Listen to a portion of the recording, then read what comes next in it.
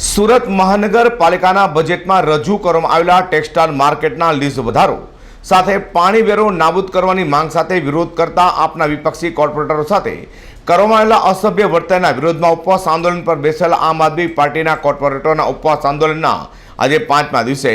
Corporator Dharmesh વાવલિયાની તબિયત લથડી હતી। સુરત મહાનગરપાલિકાના બજેટમાં રિંગ રોડ ખાતે આવેલા સુરત ટેક્સટાઇલ માર્કેટની જગ્યાની લીઝમાં કરાયેલો વધારો રદ કરવા સાથે શહેરના કેટલાક વિસ્તારોમાં શરૂ કરેલા પાણી વેરો બંધ કરવાની માંગ સાથે વિરોધ કરી રહેલા વિપક્ષ આમ આદમી પાર્ટીના કોર્પોરેટરોએ વિરોધ કરતા તેઓની સાથે પોલીસ અને મનપાના સાર્જન્ટોએ કરેલા અસભ્ય વર્તન અને કોર્પોરેટરો સામે કરેલા એપેડેમિક એક્ટ હેઠળની કાર્યવાહીના વિરોધમાં આમ આદમી પાર્ટીના સુરત મનપાના વિપક્ષી નેતાની આગેવાનીમાં આપના કાર્યાલયે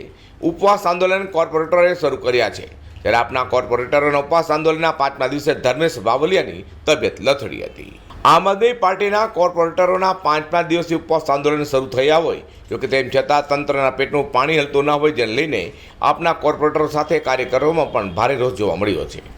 અઝર કુરેશી સાથે પ્રકાશવાળા G10 ન્યૂઝ।